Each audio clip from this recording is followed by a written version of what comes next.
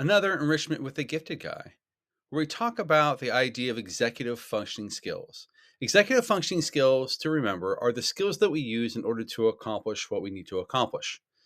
And we use several of these skills in order to do that. Sometimes it may be two or three of them, sometimes it may be 50 of them, depending on how large the task is.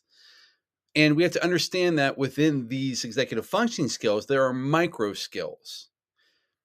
The skill we're going to talk about today is that of following directions. I know you're thinking, such a simple skill. You would be shocked in the 30 years I've been in education how often I see people who don't follow directions.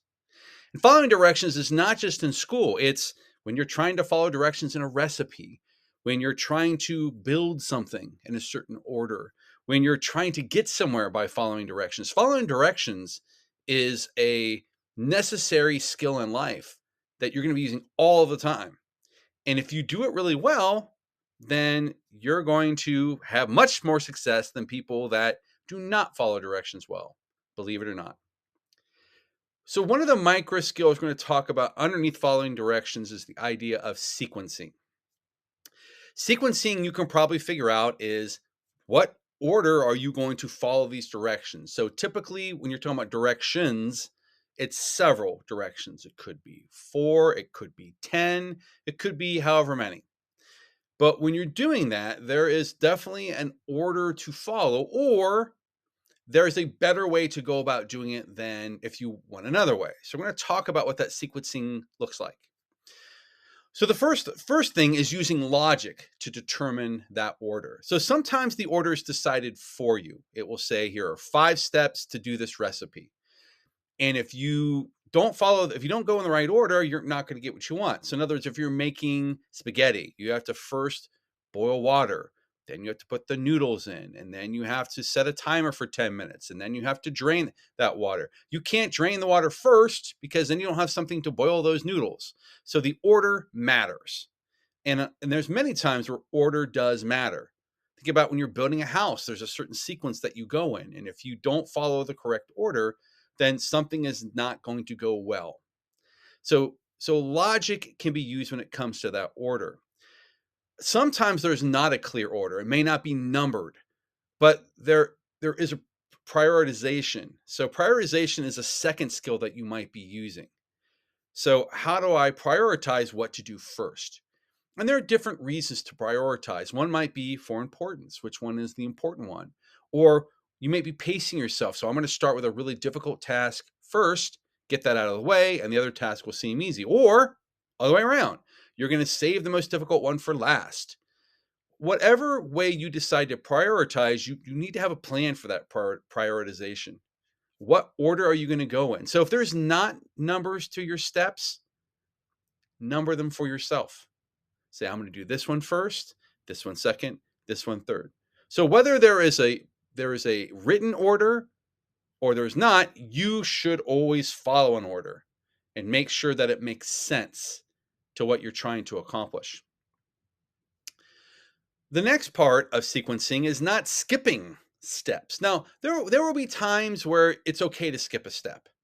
Like maybe there's an unnecessary part to it. And you're like, okay, I can skip that step. But you have to you can't just skip steps randomly. If you skip steps randomly, then you're going to end up not having an important detail that might be needed. So if you're writing an essay and you decide to skip a step, like having your thesis, which is really important to an essay, that's going to ruin the entire essay because that's an important step to have in an essay is your thesis. So you can't just randomly decide to skip steps. You have to look at the steps that are there, go in the order, and not skip steps. Unless you've determined, you've kind of looked at it and you've weighed and said, okay, I can skip that step. That's something extra, or that's something that's not needed, or that's something that doesn't apply to what I'm doing. And so I can give you an example. So when I'm putting together a television stand, it often will have a step in the directions where you bolt the television stand to the wall so that it doesn't fall over. Well, I don't like to put screws in the wall, and the stand is big enough that it's not going to fall over on its own. So I often will skip that step because I don't feel it's necessary. But I make that determination. I'm not just skipping steps at random. If I forgot to put on a door on the television stand, that's going to really stand out. So you do have to make sure that you're not skipping steps. So again, by numbering them, you go through and you can check them off. There's something very satisfying about going through and checking off a step when you get it done. So check off your steps or mark a line through them, and then you're accomplishing this step by step by step. The last thing is, if you are having trouble with the finding the logical order, you can use vocabulary cues. So vocabulary clues are like, it will say, do this first. That's an easy one. But then it says, do this before that. So you want to do this one has to happen before you can get to do the next one. Or it might say next, do this. Or finally. So if it's finally, you know you're on your final step. So these cues, vocabulary cues, will guide you as well.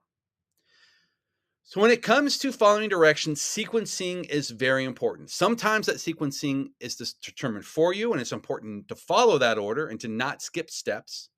Sometimes it's not. And during that time, you have to prioritize, but you should still go through a number. What order are you going to go through? What is the order that you have determined is going to be best for you?